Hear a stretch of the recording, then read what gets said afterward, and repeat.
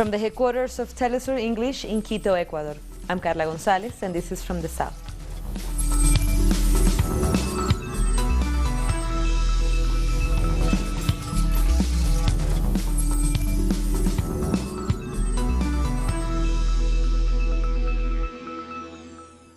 Breaking news from Sri Lanka, where another bomb has exploded in the city of Colombo following an extensive attack on Sunday.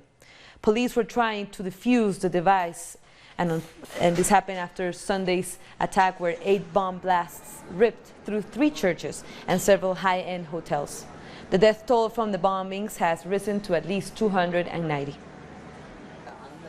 About 500 people were wounded and 7 people have been arrested. Sri Lanka's defense minister said that the culprits were religious extremists and that suicide bombers were behind the detonations. The government blocked access to social media and messaging sites to prevent the spread of misinformation. I heard the explosion and then the roof fell on us. We took the children and ran out the back door, but when I came to the hospital, I saw my brother-in-law and son on the ground. Meanwhile, both the Prime Minister and the country's Archbishop Cardinal have pledged to find those involved in the devastating attack.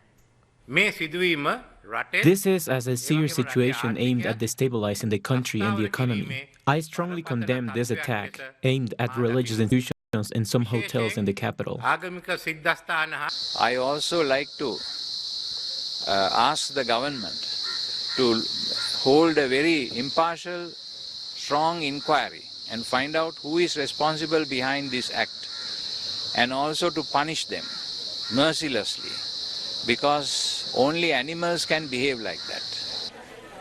And according to officials, 27 victims were foreigners from Turkey, China, India, Portugal, Britain, and the United States. Survivors have been receiving treatment at a hospital in Colombo. The government has increased security at the international airport.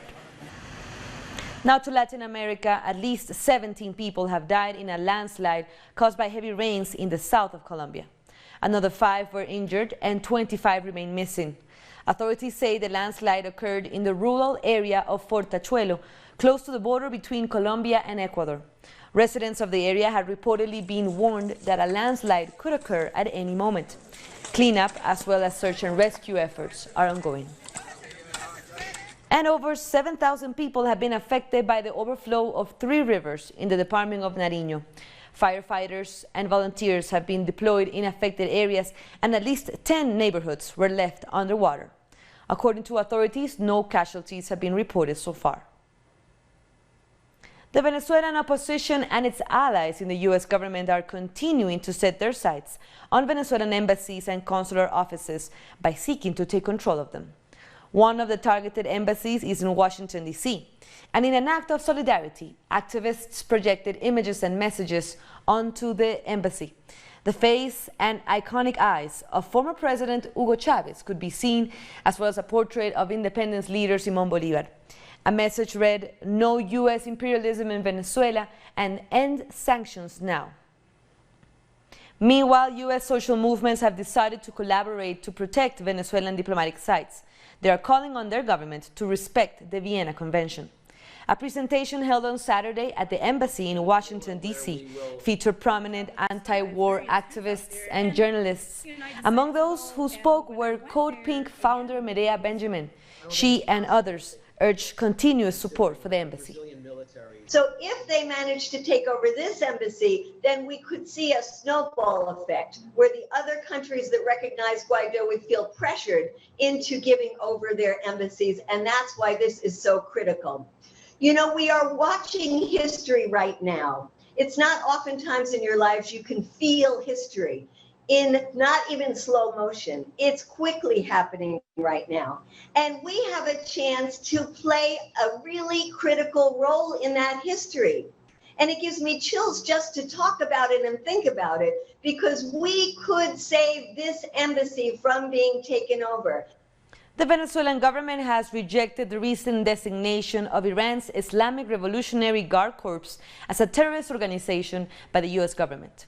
Venezuela's government says that apart from being an open violation of international law, this unilateral action is also aggravated by a double standard in the area of anti-terrorist struggle.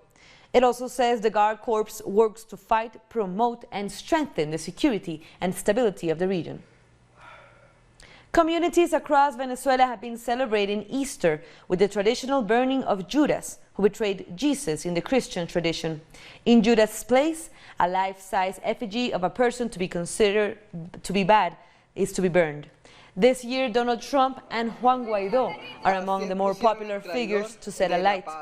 Many of this year's effigies have anti-imperialist signs and slogans referring to Guaido as a traitor to his homeland and calling Trump a violator of human rights. It's a family and even neighborhood tradition, with this particular one being buried at Plaza Sucre in Caracas. We continue in Venezuela. Ubuntu is a play that was recently presented at the Caracas Municipal Theater. It's a performance which focuses on fighting prejudices against those who have different abilities.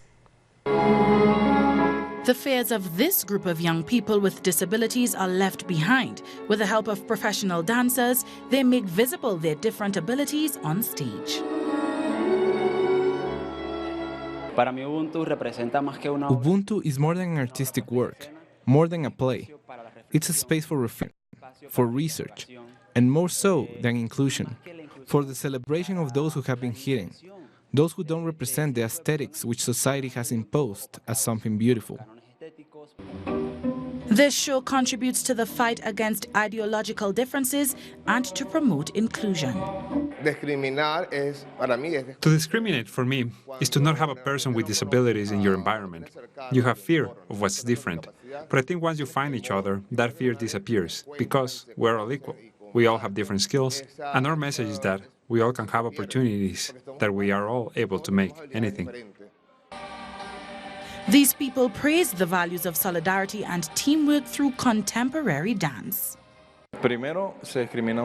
When we discriminate, we do damage to ourselves. We lock ourselves up into a box. Our message is to never stop being yourself. However, that may be to never stop fighting for what you want and to step outside our comfort zones. A performance that promotes respect and breaks prejudices on disability has also been celebrated in international stages. We have more stories coming up. We'll be right back.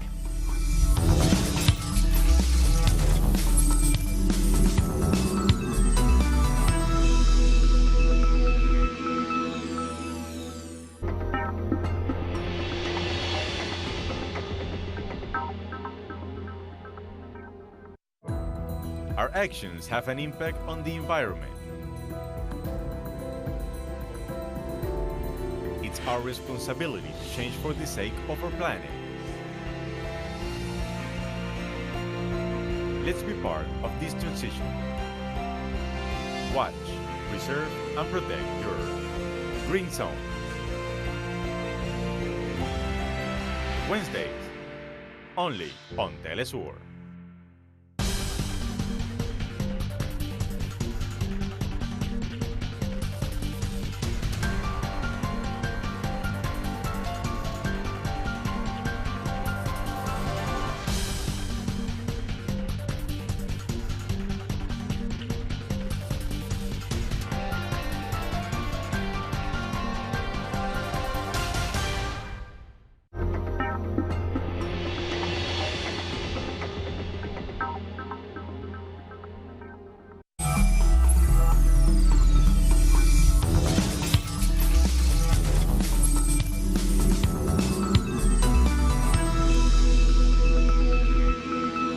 Welcome back. Former CARICOM Secretary General Sir Alistair McIntyre has died. McIntyre also served as Vice Chancellor of the University of the West Indies. He was knighted by the Queen of England in 1992 and received the prestigious Order of the Caribbean Community Medal. McIntyre was also twice honored by Jamaica's government and received the island's Order of Merit. On the whole, made a number of important... Jamaica's Prime Minister Andrew Holness says that the island is recovering from the brink of economic collapse. Holness was speaking at the Jamaica-Atlanta business meeting on Friday. He said Jamaica had a debt-to-GDP ratio of 142% and an IMF loan that required a surplus of 7.5%. He said the debt has been reduced to just over 100% and is expected to reach 60% in the coming years. Holness said the island recorded its lowest ever unemployment rate. We have brought our unemployment rate from hovering 13 to 14%. I'm very pleased to report that we are now at 8%, the lowest ever in the recorded history of unemployment in the country. Sunday marked the 49th anniversary of the state of emergency in Trinidad and Tobago during the Black Power Revolution of 1970. Mass mobilizations occurred across the country from February to April as East Indians and Africans united in protest. Afro-Trinidadians wanted equal employment opportunities and more representation at the end of the white man monopoly of businesses. One person died and over 50 people were arrested for their part in the protests. This movement marked the awakening of black consciousness on the island. We have to see revolution in the sense of you have to change the structure of power in the society. You have to change the oppression, the exploitation of people. St. Vincent and the Grenadines is set to become the Caribbean's most sustainable island. Headmaster at Richmond Vale Academy, Stina Herberg, said the country will achieve this through diverse agriculture, moving away from imported fossil fuels and chemicals, and planting gardens in every village. She added that the island is leading in solar and geothermal energy. Herberg said over the next 10 years, a network of eco-sites will thrive and promote tourism on the island. 18 soldiers have been killed and several more are wounded after gunmen attacked an army base in Mali. The unidentified assailants burned the camp and took military equipment in a dawn raid. No group has yet claimed responsibility for the ambush. The Prime Minister of Mali and the entire cabinet resigned after failing to clamp down on gun-related attacks in the country. Algeria's interim president Abdelkader Ben Salah has called for a meeting with the country's political figures. Some members of the country's political class have already rejected the initiative despite Ben Salah's effort to show he is resolving the crisis. And protesters are continuing to demand the removal of the former president Abdelaziz Bouteflika's remaining allies. On Saturday, a court summoned former Prime Minister Ahmed Ouyahia and current Finance Minister Mohamed Loukal, close associates of Bouteflika, investigating the misuse of public funds.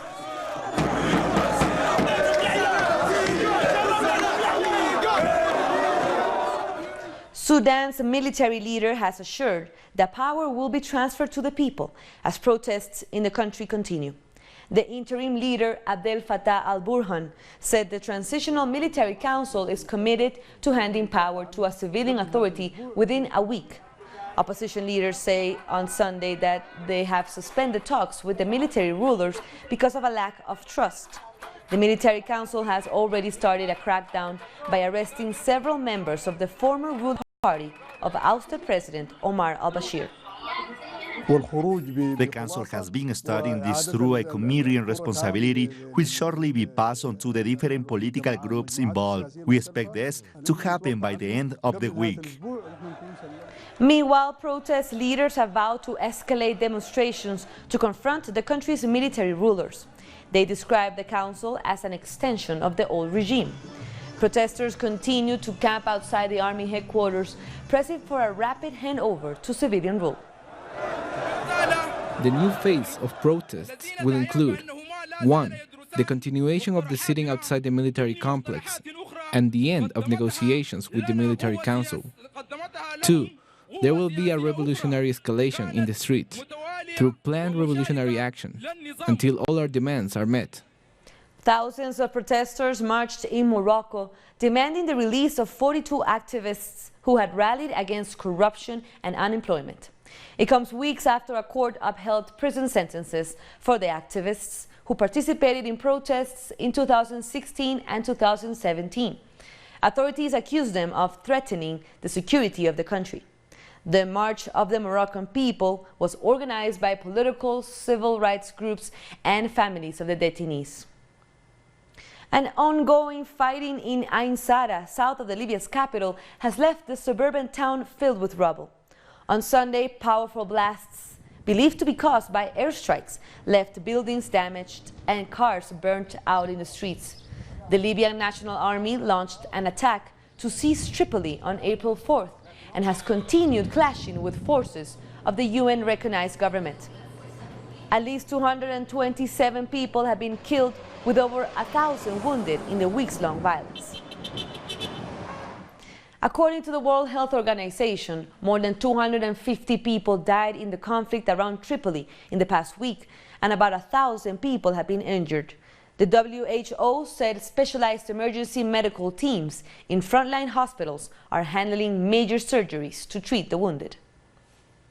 Now let's go to Egypt, as they are voting in a referendum on constitutional change in the country. Polls opened in Egypt for the third and final day of voting. There were long queues of voters outside polling stations early in the morning. The constitutional amendments focus on the length of presidential terms, the introduction of a Senate, and the role of the Egyptian armed forces. The president of Palestine, Mahmoud Abbas, has rejected the so-called deal of the century with the United States. During an Arab League meeting in Cairo, the president said that the U.S. has nothing to offer the Palestinian people. Abbas also denounced the presence of the U.S. Embassy in Jerusalem, recently acknowledged by U.S. President Donald Trump as the capital of Israel. He also reaffirmed the reliance of Palestinians on Arab states. The question is, what is the deal of the century? After annexing Jerusalem and recognizing it as the capital of Israel, and transferring their embassy and attaching the U.S. consulate in Jerusalem, that has existed since the 19th century to the embassy. All this and the deal of the century did not come, so I wonder what remains to be offered, or what is left for us to rejoice.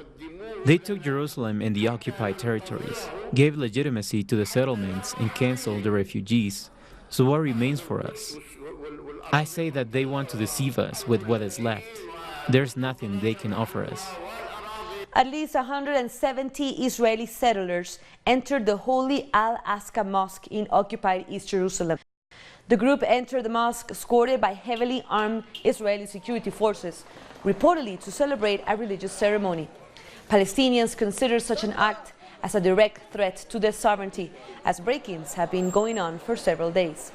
The Al-Aqsa Mosque is considered a holy site by all Christianity, Judaism, and Islam for thousands of years. Last month, Israeli forces clashed with Palestinians who tried to enter the mosque, which led to its closure. We're taking one last break. Stay with us.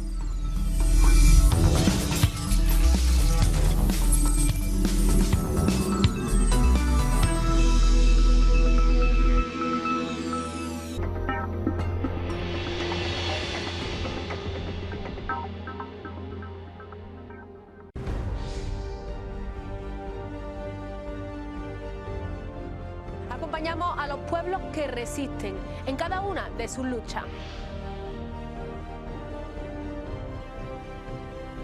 Somos esa ventana que se abre para visibilizarlos entre fronteras.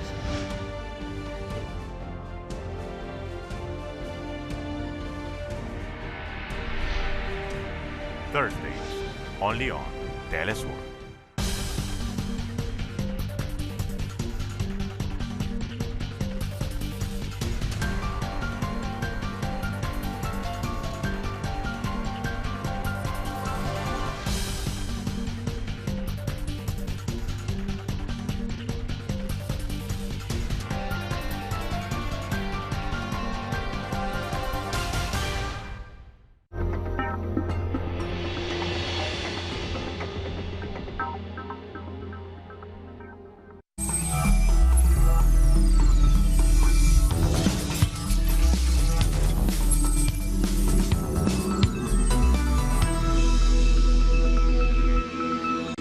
Welcome back. Spain is preparing for a highly contested general election to be held on April 28th. Voters are turned at the polls, with the current PSOE government leading the race for Moncloa. However, Prime Minister Pedro Sánchez will likely need to form a coalition to continue to rule, as negotiations to form a new government will be tough. Sánchez previously relied on the support of Basque and Catalan sovereignty parties, but lost their support, forcing him to call this election. Exercising the powers I have as Prime Minister of Spain, I am announcing that with the previous deliberation of the Cabinet, I have proposed to dissolve Parliament and to call a general election on April 28th. Meanwhile, the rise of the far right in the country is causing concern, with the ultra-nationalist Vox party having performed well in regional elections in Andalusia earlier this year. The success of Vox has driven other parties further to the right. And as the election race heats up, residents of the Andalusian town of Coripe burned an effigy of former Catalan President Carles Puigdemont as part of their Easter celebrations. Anti-Catalan rhetoric is playing a big part in Spanish politics as parties seek to establish themselves as tough on the growing independence movement. The PSOE mayor of the town, Antonio Pérez, sought to justify the event. Look, it's a question of when the festival takes place. What's being burned is evil. That's it. There have been thousands of politicians, bankers and Arabs. Comedian Volodymyr Zelensky has won a runoff election on Sunday to become Ukraine's next president. According to exit polls, Zelensky received over 70% of the votes, while his opponent, Petro Poroshenko, received 25%. Poroshenko, who has been in power since 2014, conceded the election. Zelensky has no previous experience in politics, but gained popularity due to his anti-corruption talking points. The official results will be announced by May 1st. We did it together. Thanks to everyone. Now there will be no pathetic speeches. I just want to say thank you. Never give in. This is something that I also hear now when I see the results of the exit polls. They are obvious, and they give me the grounds to now call my opponent and congratulate him. To do it for the first time in our practice, to do it the way it's done in the civilized and democratic European countries. More than 30 million people were eligible to cast their ballots in almost 200 electoral districts in Ukraine. More than anything, I would like for the structure of our country to change. It is impossible to eliminate all corruption. It exists everywhere. But at least we have a candidate who, in principle, is ready to address this. We want change. Right now there is tension. People are irritated. We want peace, freedom, and happiness. North Macedonia voted for a new president on Sunday. This is the first presidential election since the country changed its name after negotiations with Greece ended a decades-long identity dispute. Preliminary results point to Estevo Pendarovski leading the polls of the ruling SDSM party. These elections were reportedly marked by low participation. I hope this election will be fair. I wish the best of luck to whoever wins. I don't know if enough people will vote. Maybe they are still asleep, but I think they are still going to vote. Like all other citizens, I also went out to vote. It is my civic right to vote and to give my vote to whomever I choose. The United States is reportedly planning to reinforce sanctions for countries that import oil from Iran. In November, the U.S. sanctioned exports of Iranian oil after President Donald Trump pulled out of the 2015 nuclear deal. At the time, Washington also granted waivers to China, India, and other countries. But according to the Washington Post, the Secretary of State, Mike Pompeo, will announce that as of May 2nd, those countries could face sanctions if they don't stop importing Iranian oil. Christine Assange, the mother of WikiLeaks co-founder Julian Assange, denounced that he is not allowed to have visitors in prison, not even with his lawyers present. Via social media, Assange said her son is in need of medical attention. She added that British authorities have failed to hand over his belongings. Assange was arrested at the Ecuadorian embassy in London 2 weeks ago after the government of Lenín Moreno revoked his asylum.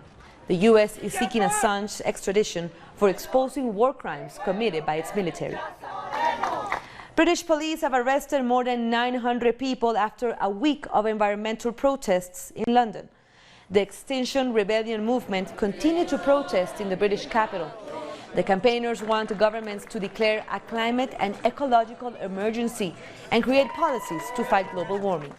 After the arrests, 42 people were charged since the protests started on April 15th.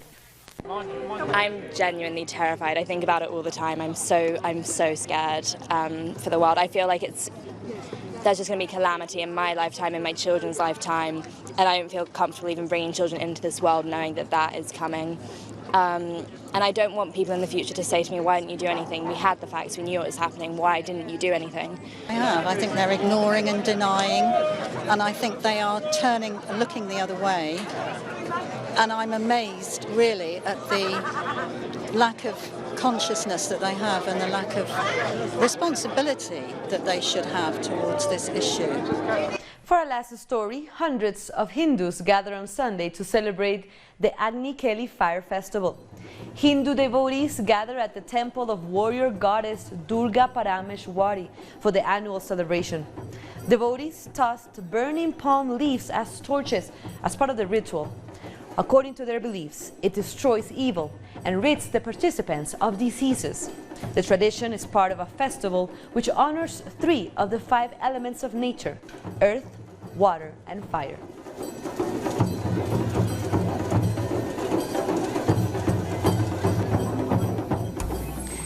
And with that, we end our news brief, but you can read more on these stories by going to our website, telesurenglish.net. And you can also join us on social media. We're on Facebook, Twitter, and Instagram. For Telesur English, I'm Carla Gonzalez. Thank you for watching.